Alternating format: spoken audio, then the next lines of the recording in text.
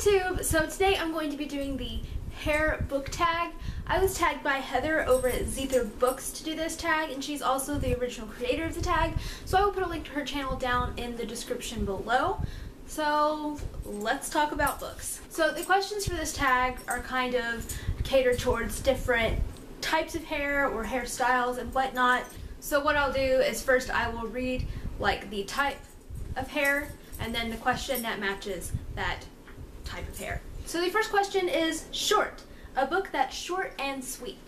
And for this I chose We Should All Be Feminists by Chimamanda Ngozi Adichie. I still don't know how to say her name. I read this for Booktubeathon last month and I just thought it was really very interesting, and I really liked the points that she brought up in this book. My dogs are playing in the background, sorry, that's what that noise is.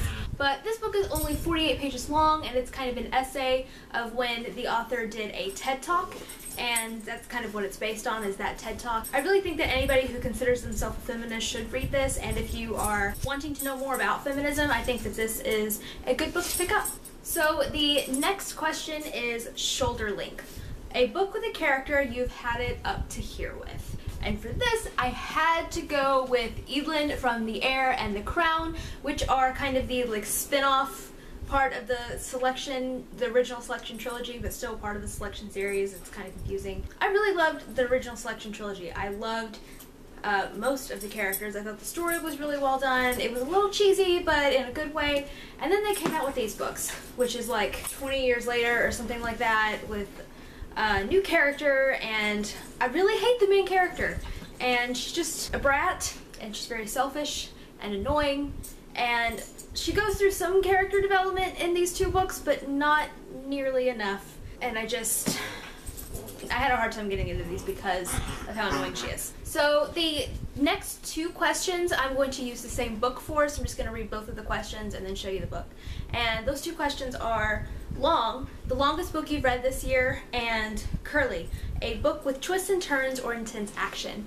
And I think that Queen of Shadows by Sarah J. Maas fits both of these so well. I'm pretty sure this is the longest book I've read this year, and Sarah J. Maas just does a really good job of writing plot twists. I don't usually see them coming, and with this series in particular, it's the main character, Selena, she's very smart. Selena just plans ahead very well, and you don't always know exactly what she's planning, and Sarah J. Maas just does a really great job of writing that to where you don't necessarily expect what she's going to do. And I'm just really, really excited for Empire of Storms, which is the 5th book in this series. This is part of the Throne of Glass series. I don't know if I said that, and this is the 4th book. Yeah, I'm just really, really excited for Empire of Storms. It comes out at the beginning of September, and I've already pre-ordered it, and I'm so excited. So the next one is Straight, a book that made you want to dive straight into the sequel. This book not only made me want to dive into the sequel, but into the rest of the series. I completed this entire series in 9 days, and that book is The Lightning Thief, which is the first book in the Percy Jackson and the Olympian series by Rick Riordan.